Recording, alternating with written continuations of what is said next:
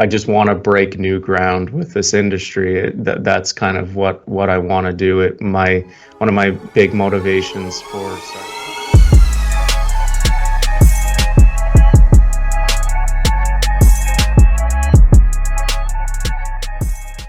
You're ready to roll. So I'm excited for this. I know you got a lot of questions that we're about to ask you here, Nick.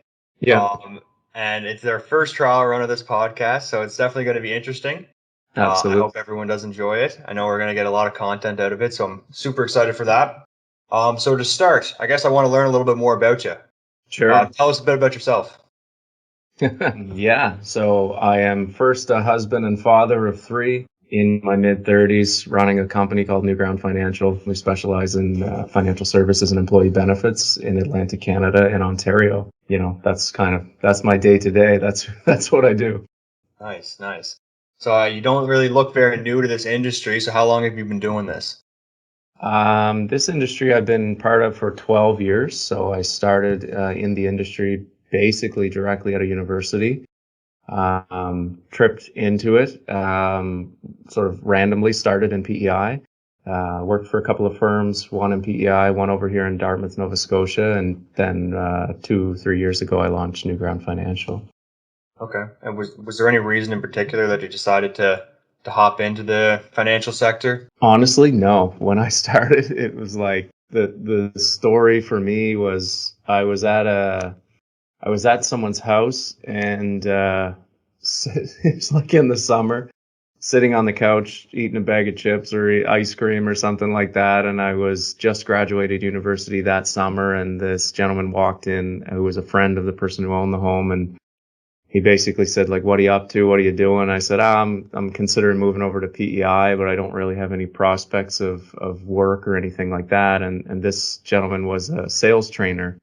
And he had worked with a firm over in PEI that specialized in insurance, and he suggested I reach out to that CEO and see if I can get my foot in the door. And he gave me a bit of a recommendation, and that was how I was exposed to the industry. Prior to that, never thought I would be in the insurance or financial services sector at all.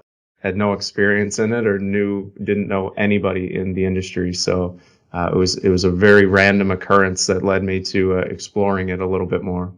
It's kind of crazy how that stuff always seems to work out, right? Like You never know. networking, getting to know people Yeah. definitely makes a huge difference, especially for job opportunities. I know for myself that pretty much every job that I've been into for the last couple of years is all just because of networking and people I know. I know that I wouldn't be sitting here today if I didn't know, I guess, our collaborative mentor, Yeah, um, absolutely. because he kind of put the cards aligned, I guess, and then here we are. So, no, it's super fun. It pays to open up conversations. It's funny, it's something I toy with now that, fortunately the firm's doing very well, and, I'm a lot busier than I was a few years ago. And, you get calls and requests for your time from many people. And, I guess you develop a filter pretty quick as to, is it going to be worth my time or not? But more often than not, I'll lean towards opening up the opportunity to say, yes, I'll give you 5-10 minutes just to see, because you really never know where it can lead. It might be today, it might be 4 or 5 years down the road when, taking that call or opening that door made sense. So, Well, yeah, even in the short time that I've gotten to know you, I know that there's been lots of people that have reached out to you. You've taken calls just kind of from random different people. So it's something that I've learned about you, I guess, in the last couple of months of us talking and chatting. So that's super cool. Well, obviously, you didn't absolutely. just start off as a successful business owner. You didn't just create this and be booming all of a sudden. So where did you, how did you get started? So I know you didn't just start with a business yourself. You actually Yep, started just working in the financial sector, that's kind of right. as an employee. Yep. So how did that kind of transition into what you've created now?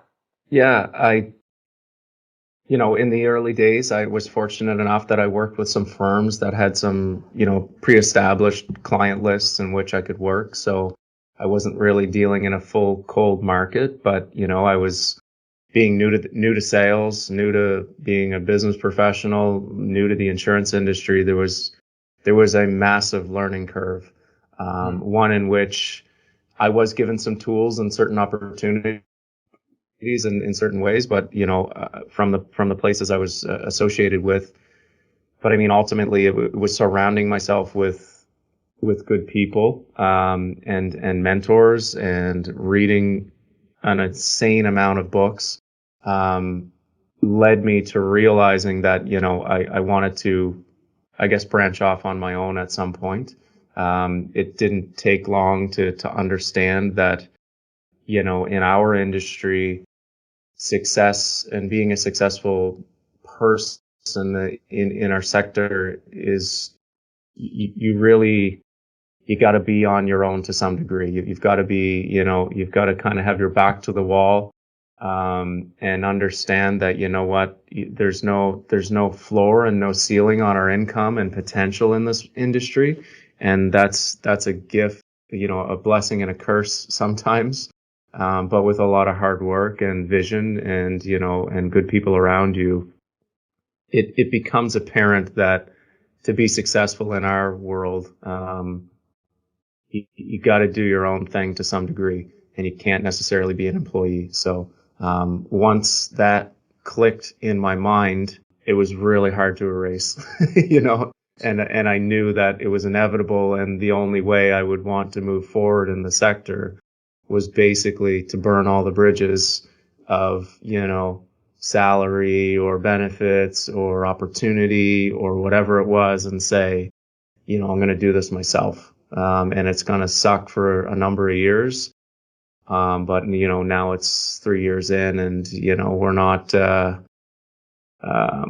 largest firm in Canada by any means, but we're one that, prides ourselves on integrity and hard work, and we do a lot of good things. And fortunately, I feel successful now, and it was all worth it. So. Well, that's awesome. I just learned something about you there. I never knew that you had no sales experience coming into this. Is that true? Yeah, no formal training in sales. When I was in, well, I guess hard to, I sort of am that entrepreneurial, I've had that entrepreneurial mindset for a long time. So, my real story, in addition to what I've already said, what I do today, when I was like 10 years old, I had a paper route, so I kind of did that thing. I had a mini landscaping business, basically from age like 12 until 18. So my friends and I had a bunch of lawnmowers that we borrowed from our dads, and, we mowed a ton of lawns. We did landscaping projects in the summer of what we could and knew with know-how. We'd be up at like 5:30 in the morning working until 5:30 at night in like 33-degree weather. This was all in our teens, in the summers. I went and bought, I remember one year there was there was road construction in the neighborhood that I grew up in. There was basically one vein to get in and out of that neighborhood. And so there was a huge line of traffic. And, with the help of my dad, who, encouraged me to do interesting things, basically we went down to the store and bought a bunch of pop and water and fired it in a cooler. And I put it in a wagon and walked up and down the road for hours on end, and ended up making like a few $100 a day selling water to people stuck in line in traffic. So, I didn't have formal sales experience, I guess, but I've always been a guy that, could recognize opportunities, and took advantage of them when I can. When I was in university, I worked at a hotel here in Halifax. And it was a very fancy hotel. It opened my mind a little bit more to business. So I was a concierge there, which basically is like a bellhop / car parker. So I would take people's bags up to their room and park their cars. And being in a higher end hotel at that time was very eye opening to me as sort of a blue collar, not born in a rich family guy. We had some of the most prominent business owners in Atlantic Canada, and arguably in the country, as well as famous music artists and et cetera, that I got to know personally, some of them, actors, actresses. And that started to expand my vision on, the little guy from Nova Scotia might be able to do something a bit bigger than what I might have thought was possible. So, yeah, so that's You've been doing this for a while then, I talking to guess I've been people. doing it a while. I've been Yeah. talking to people for a long time. I don't necessarily reflect on it a whole lot. I just, perhaps I should, but, it goes to the point earlier that picking up that phone or answering the phone when there's opportunity, or just trying to find out more about where people are at. Like, it's, you just never know where those opportunities will lead, or, those Hmm. sorts of things. So. Do you have any cool stories about picking up a phone call from a random person, I guess I'll call it, and then it ended up leading somewhere really cool that you kind of stuck with this mindset? Ooh, that's a good question. Hmm. Well, there's a random guy on the other end of this call that I did. So, That's as you fair. would recall, a couple of years ago or a year and a half ago, um, a friend of ours said, you should pick up the phone and speak to this young guy. He's really sharp. He's considering our business, etc. And so, you and I had a call a year and a half ago, and I don't know, can't really recall what I said. I just know it was a summer day. Yeah. I was hanging out with my kids in the backyard, and we kind of discussed the industry. At that time, I wasn't necessarily ready to take on, a colleague at that point, and I don't think you were quite ready to jump ship from where you previously were. But pretty damn excited to see where we're going today. So. Pretty cool how that stuff kind of works out, like you said, because yeah, when I called you originally, it just like I just really wanted to chat. I didn't really know what I was going to talk to you about, and Right. I didn't know that you were going to even bring this up. So that's really cool. So kind of getting back into track here, I got a couple more questions. I want to know, where did you get the name NewGround Financial? Was it just something that you thought sounded catchy? Like, does it have a background, some sort of story behind it?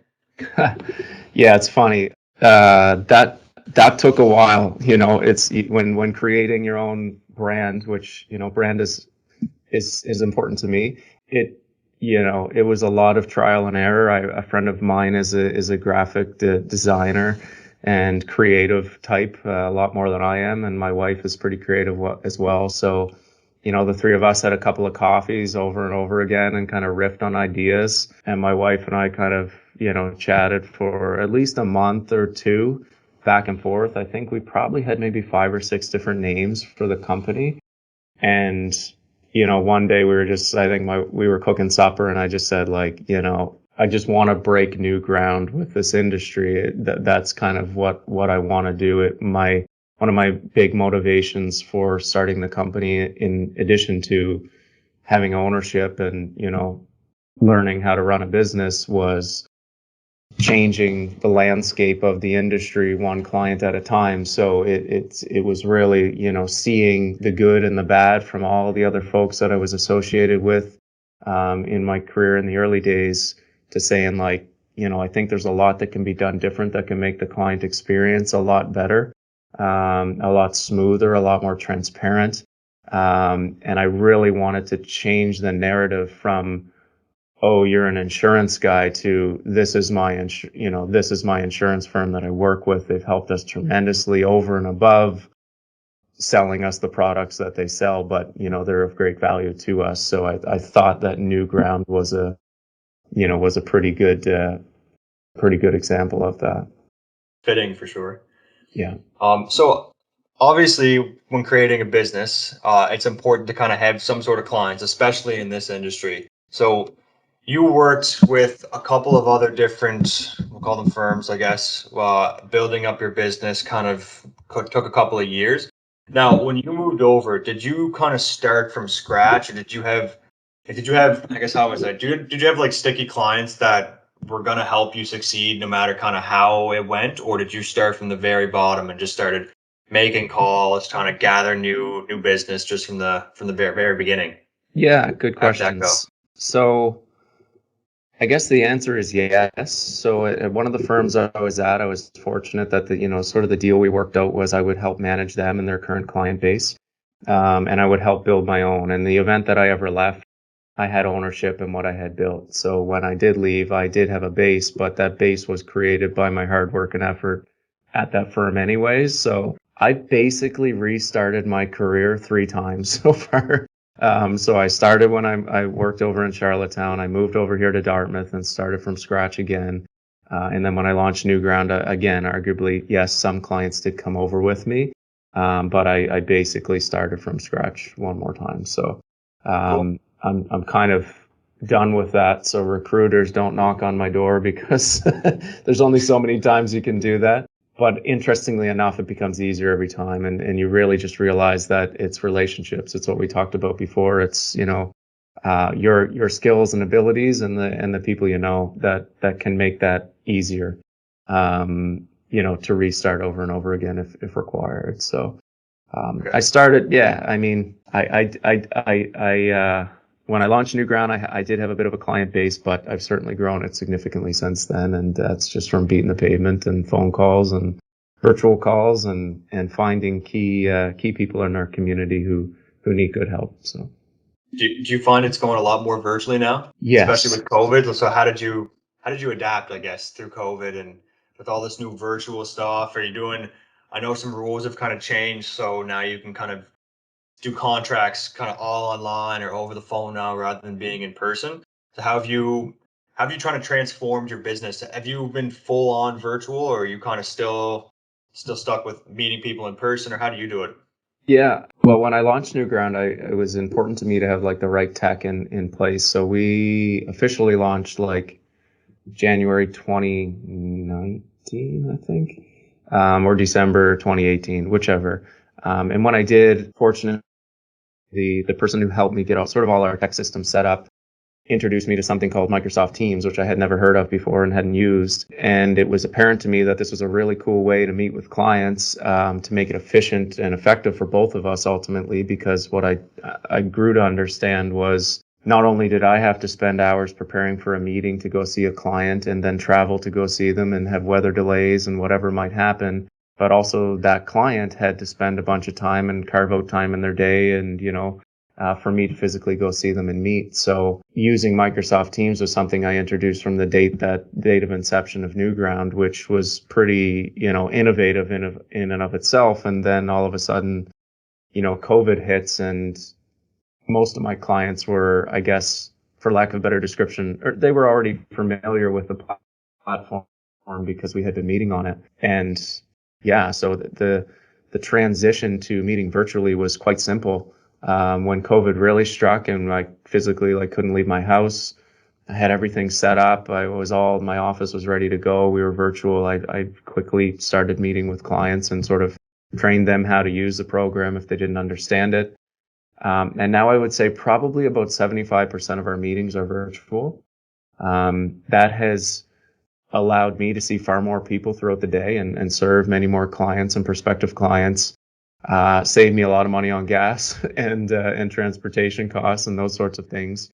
But really has just, allowed us to, amplify our footprint in the community, versus literally, I would say pre-COVID, I might have done 3 or 4 appointments a day physically, and now I'm doing like 7 to 8 if required. So that's Wow. pretty much impossible to do without this Yeah. system. So and what was great was the insurance carriers, who generally kind of wait in some scenarios until they have to do something to do it, were forced to adapt really quick when COVID hit.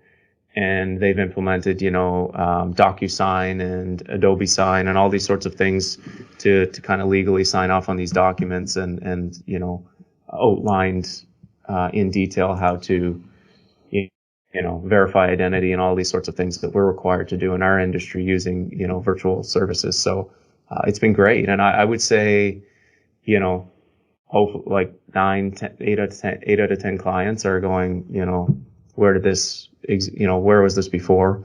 It's a lot easier. It's just more Yeah. efficient. You can meet with, if we're licensed in Ontario. So if a client goes there if they're up for business, we can meet with them at night, no problem, meet virtually and we're good to go. So, Yeah, I mean, I guess it's not even just easier for the client. Like we're using it right now. I mean, I'm obviously over here in Prince Edward Island. You're over there in Dartmouth, and right. it's just we can do podcasts, we can chat on here, and it's just I mean, there's really no cost associated with it other than the equipment, so like the microphone and the webcam. But Yeah, yeah, most computers are going to come standard with those anyways right now, so it's very absolutely. low cost and efficient for sure. And you can I guess upgrade, get a little, get the microphone that you and I share. We paid, $150 or something like that, and it yeah, generally sounds pretty good. Yeah, those startup costs are easy. I mean, look, something to point out to the audience is just, you and I have never physically met each other yet yeah, we've, pseudo working together for 4 to 6 months, probably, at least in heavy contact. So, soon though. and yeah, I know, right? Soon we will. But it's interesting in that, like, I have no apprehension about, bringing you onto the team, or like everything we built was through the phone and virtual, and I'm totally fine with that.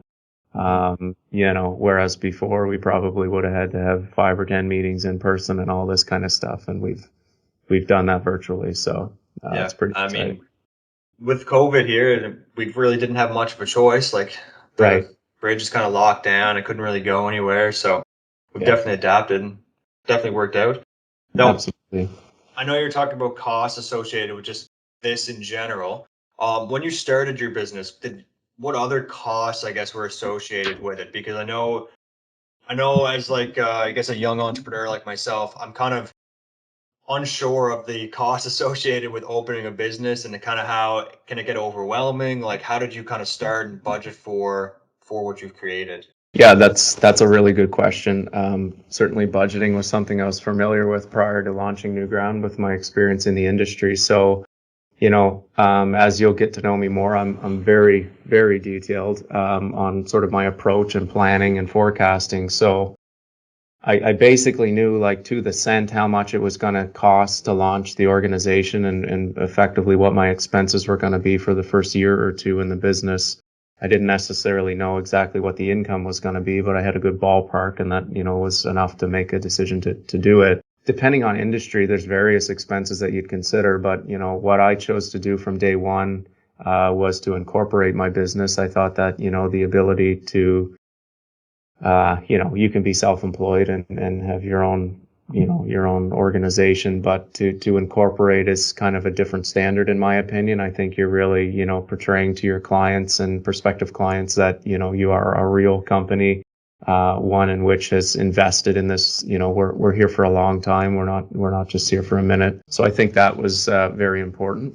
So the incorporation costs themselves depends on who you go see to do that, but I don't know. I probably paid, I don't know, $2,000, maybe $2,000 to $5,000 between lawyer and legal fees to get started. That was just to get my operating company started, which is NewGround Financial. Furthermore, then you kind of look, you want a holding company. So this is a separate company that basically owns the operating company. Again, you're in for it for fees and whatnot, but ultimately we're setting ourselves up for success, and also sort of setting that goalpost. I think I usually act like 6 to 12 months ahead of time. So if I felt I needed to be incorporated, I was probably a little early, but I did it anyway. And then quickly I kind of hit those levels of income and threshold that justified me being incorporated as an organization. We need, in our industry, we need insurance. So you need to carry errors and omission insurance, which can range from $500 to $1,000. There's industry associations that we're part of. So Advocates is one, and some others that we participate in, and those memberships cost, $500 to $1,000 a year. Every province we're licensed in, we also are required to pay a fee either every year or every 2 years. Those fees are usually $200 to $500 per province. So, we're licensed in 4 now. So, Hmm. what's even more interesting is when you get licensed as a corporation, you have to be licensed personally and as your corporation. So you're paying double the fees in some provinces. The startup costs of, proper computers and proper technology, a proper client CRM or client relationship management system, proper emails, website, domain names, marketing, logo design, There's a call it lot. marketing swag that you need, whatever that might Yeah. be. There's travel to conferences that's required or encouraged. We also are required to carry on what's called continuing education in our industry. So for most of the designations that I carry or that the organizations I'm part of, we need usually 30 hours every 2 years to carry those designations or put ourselves out as a professional in our industry. I usually double that, so I do about 30 per year. And those courses can cost money as well. So if we're further educating, getting the certified employee benefits designation that I have, or working towards a certified financial planner designation, these cost thousands of dollars and potentially hundreds of hours of time. So but what's interesting in our industry in particular, because that's kind of where I have most experience, if you played all of that out and put it all on paper, in my opinion, it's such a low barrier to entry industry. Like, yes, that costs a lot of money, but relative to like opening a brewery or a restaurant, it's like Right. pennies compared to it, because you need to do all that stuff, plus then have bricks and mortar and these sorts of things. So, we've rented office space since we started. I don't own a building, but I do, lease from other organizations. So that's some overhead as well, in addition to the insurance. So, it can cost a couple of bucks to start a Yeah. company, that's for sure. And not really, what you learn as a business owner very quick, or you should learn, is that really you have two currencies. We're talking about the cost of money, but there's also the cost of time as well, of which you kind of exchange one for the other. So, I could pay someone to go through and figure all those things out, and save my time, or I can spend all my time and do it myself and save my money. But which ones, that is a constant balance that you want to keep in the back of your mind. So, it costs certainly quite a bit of money to start a company, and a lot of time and effort. Like, I don't know. I was probably up like 5 a.m. every day, working till about 8 or 10 every day for at least a year or two, and all while having two children under the age of 3. So, Yeah. It's and busy. now we have our third. So, that's our choice, but, it's busy for sure. Yeah, I know even as a new up and coming advisor as myself, I know that there's definitely a lot of costs that are associated with it, but it's more so the time, like studying for the exams to get licensed, that definitely takes a lot of time. And I Correct. mean, that kind of takes away from other stuff. If you're working, that can kind of take away from money there. I mean, there are some costs, but like you said, overall, it is relatively easy to enter the industry. And at the same time, I mean, it definitely pays off. It's a rewarding industry for sure. So you'll forget about all those startup costs very quickly You when you're in the do. business. So You're right. And that's the mindset that I carry. And I do it to this day. Every decision I make, with the business, it's, usually there's a lot of being uncomfortable as a business owner. It's not always comfortable. And I think if you are, then you're not growing. So, daily I'm uncomfortable for whatever reason or situation or call I have to make or decision I'm making, as to where to take the organization. And, but that's a good spot to be in. That helps you grow, and that's fun. cool. Well, I know we're getting close to running out of time here. I got a couple more questions right quick. Sure. Just before you got to go there, Nick. One that I was really interested in actually is how do you, I know we talked about the networking and how important talking to clients are and networking in general and just building referral base. Yep. How do you generate referrals? And maybe if you even have like a favorite referral story of one person that referred somebody to you and they ended up being like a really good client. I'd be interested to hear Hmm. that actually. Yeah. My referral sources come from current clients for sure. I think the biggest thing with referrals is as you develop clients in any sector is, there's a hesitation. I recall on some sales courses that people would say, I don't want to ask for referrals. I feel like I'm being pushy or whatever. And in my opinion, like, if I've done a good job for you, I'm probably going to ask how I've done. So a good example would be one yesterday. We were fortunate enough to sign up a new client for an employee benefits program. And I congratulated them on, getting the plan started. And they said, yeah, awesome. It was such a smooth, process. And I said, great. Is there anything we could have done to make the process even better for you? And that client said no. And then I said, well, that's amazing. I said, in the digital world, it's important for us to be found when people look for us or look for people in our industry. So I went back and just said, would you mind giving us a Google review and a Facebook review and a testimonial that we can use on our website? I found that those go a long way when people are researching our firm. And now that client understands that we work from referrals only, or I do at this point, and you can get to that point by making it a part of your practice to ask every client you have, who do you know who's similar to you that has similar needs that I may be able to help? And I don't think there's any shame in doing that because as a salesperson, you're now getting in front of more people that you want to be around, who need your services, and so you don't waste their time or yours. So that's sort of from the client base. And when I was first starting out in the industry, it was, in our world, we spend a lot of time, with business owners, with CPAs, and with lawyers. So, networking in those crowds, getting to know the young and up and coming CPAs and lawyers who are trying to, perhaps do things differently like we are. They're great to have in your network. And I literally just would go down and go to a law firm and call everyone there and just say, hey, I'm Nick, here's what I do. Or if I have a client that says my lawyer is, Bob at XYZ firm, then I'll reach out to Bob at XYZ firm. And I may not mention who the client is. I'll just say, hey, we have a mutual client. Just wanted to reach out and introduce myself and let you know if there's anything you ever need, I'm here to help. And, we can kind of go from there. So much like prospects, referral sources or centers of influence in the community who can send me quality leads are ones that I will, for lack of a better word, drip on, on a quarterly basis, or try and take over for lunch or meet with as much as I can to let them get to know me a little bit more and I get to know them, and it becomes a reciprocal relationship and we help each other grow, which is a win-win. Cool. Well, I think it's really important to know. I mean, even just for people starting out, how important referrals are to begin with, right? I feel like you can save yourself a lot of time and headache if you just kind of get out of your comfort zone a little bit and just start asking for them.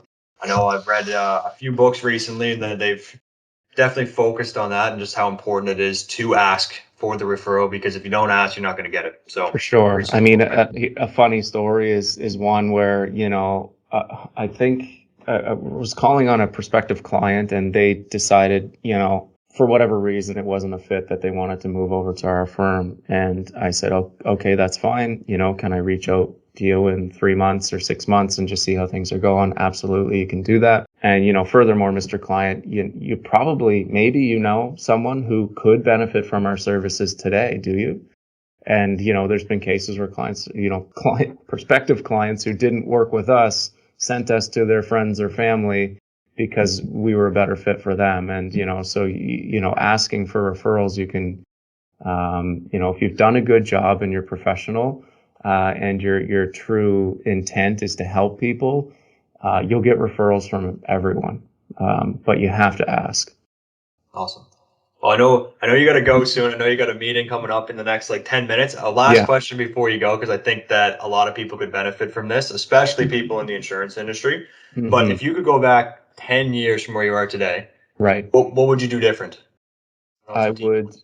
Yeah, it's all about who you surround yourself with in the industry. So I would find the people who fit best with kind of what my vision is for business, and career and success. And it doesn't necessarily mean I'd look for the people who are driving Ferraris and have $10,000 suits and stuff like that. It would be like, who are the people who seem real happy in their life? And perhaps they're doing very well financially or they're doing okay financially, whatever it may be. I would look to surround myself with people like that as soon as I could, because it will help eliminate a lot of headaches for you and get you down a path, of success. If you will become the people you hang out with, and that's something I wish I would have known and focused on a little bit more. And furthermore, industry specific, just due to the fact now that I'm blessed with 3 young kids who are 5 and under. I would have obtained my designation sooner than later. Even though I have a number of them, I don't have all of them that I'd like. Designations in our industry are, they help launch our ability to understand the products and services and be a better advisor. Furthermore, it creates, certainly creates credibility for those that are considering to work with you.